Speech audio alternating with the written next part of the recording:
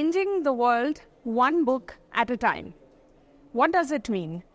Well, it means using the power of education and knowledge and closing the gap in the way youth is able to access knowledge and education through books across different sections of the society. That's what Traveling Book Fair, Big Bad Wolf, has been doing over the past 15 years. And today we're joined by Andrew Yap, the co-founder of Big Bad Wolf at the RetailME TV studio. A very warm welcome to the RetailME TV studio, Andrew. It's lovely to have you here with us. Thank you so much for having me. I mean, it's a pleasure to be on the show. You know, I find it very intriguing how you have managed to stay on the path of profitability while offering books at incredibly low prices. Can we start a little bit on that note? Can you tell us a little bit about your business model? Sure. I think the crazy thing is we are the only one in the world that's doing this. You know, this is also the world's biggest book sale, and we started 15 years ago. I think I would never have expected to be here today in Dubai. We would never have expected to be in 15 different countries. It all started just with a very small mission in Malaysia. I never grew up with books, and I know the damages to a child not growing up without books, right? And so when we had the opportunity to make books affordable 15 years ago, we jumped at it.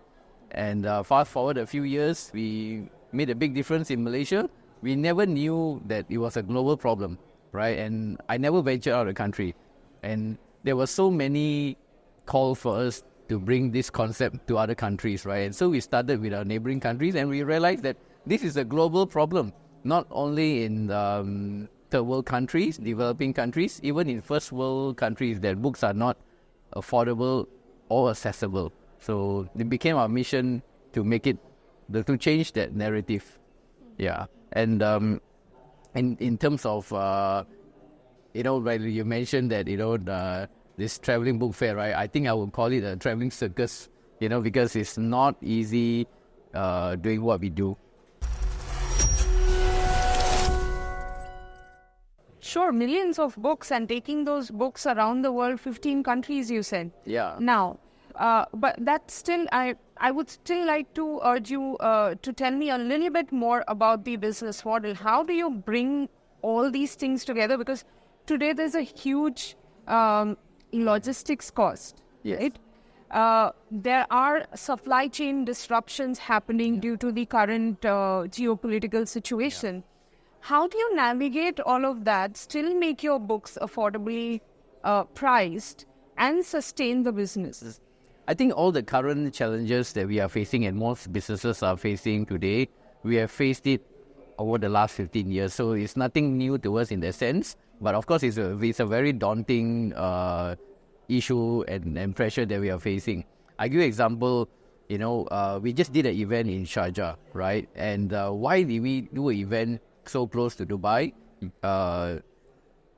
Geographically, it's very close, right? And then the dates are also close because we need to sell more books now because the logistics has gone up, about 20-30%, right? And so the more we sell, so we can cover for the logistics instead of raising the price, right? So the concept has always been very different. It's always the people first. We always put the people first. We put the burden on ourselves. And in terms of how we can get the prices low also is that we do many jobs. We are also the distributor, we run the warehouse, we do the marketing, we do the purchasing and all. So we are doing 3 or 4 layers in a normal retail supply chain on ourselves, right? So it's 3 or 4 times the job, but you only get paid once. Yeah. And the concept is very simple. We buy low, we sell low. And the difference about Big Bad is that we don't sometimes see ourselves as booksellers. We see ourselves as innovators. We see ourselves as game changers, right? And problem solvers. Meaning that it's not to say that books are expensive because publishers are making a lot of money. It's just that there's a lot of layers in the supply chain and we take away almost 80% of the layers, right? So we see a problem that we need to sell books at this price. We go to the publisher and say that, how can we do this, right? And we give the solution to the publishers. Like, what if I increase volumes by 100 times? Then they say, hey, then it's a different conversation again. Right. Yeah. Economies of scale. Yes. You're Yeah. able to achieve that. Yes. And when you say selling at low prices, we've seen that, we understand. Yes. What do you mean by purchasing at low prices? How are you able to do that? Is it through the negotiations that and the collaborations that you build over the years with different publishers around the world? Yes. Partnerships with them, and also getting them to understand that what we are trying to do is, if you actually look at the figures, 90% of the world are not reading. It's only a few percent that are reading, right? And our market is the 90%. But how do we crack the 90%, right? And that is through pricing and accessibility. So we go to publishers and we say that, we need 50 million books this year, right? And the publisher will wake up like, whoa, one entity coming for 15 million books? How is that so? You see, most bookstores globally are localized. They are only in their own country. And if you're only in your own country, there's so much you can sell. But when you are global, we are in 48 cities around the world. So we have a huge global footprint and we have the volume, right? And so with the volume, we talk to the publishers that, we have 50 million. And let's say if you get royalty for 50 cents US each book, it's 25 million in your bank account. We're not doing anything. And the key is we are going after the 90% of the market which you don't have and you can't reach because there are no bookstores. So there's the sad reality of the industry. We need to have more bookstores, more people selling books. Sure. Yeah. Sure.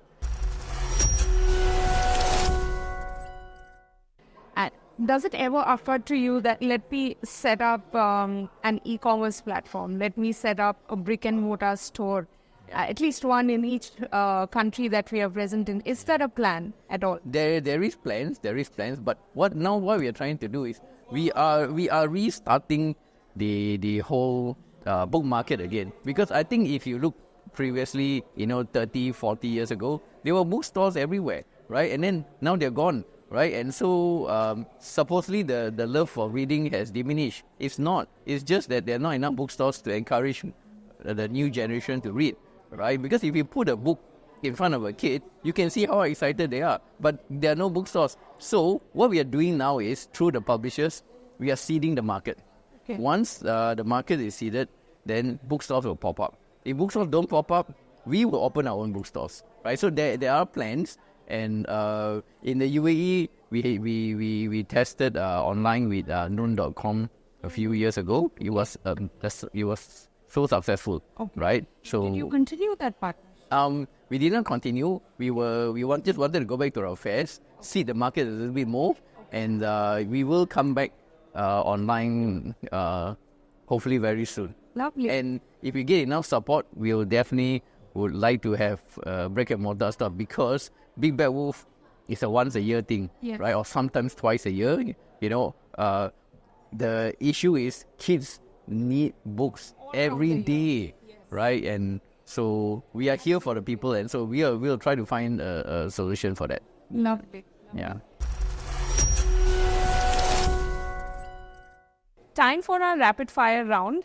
And Andrew, I would love to start with, what's your favorite book? All-time favorite? Oh, it's a book by Oprah Winfrey. Yeah, it's called The Wisdom of Sundays. Yeah. Lovely. How many books have you sold since inception of Big Bad Wolf? I would say approximately 100 million copies. 100 million copies. Lovely. Who's your preferred partner in the UAE? Our business partner is the Sharjah Book Authority, and we also partner up, in the UAE with Dubai Culture. Next new market in the region? Definitely the Middle East, Africa, Saudi Arabia, and a few countries in Africa.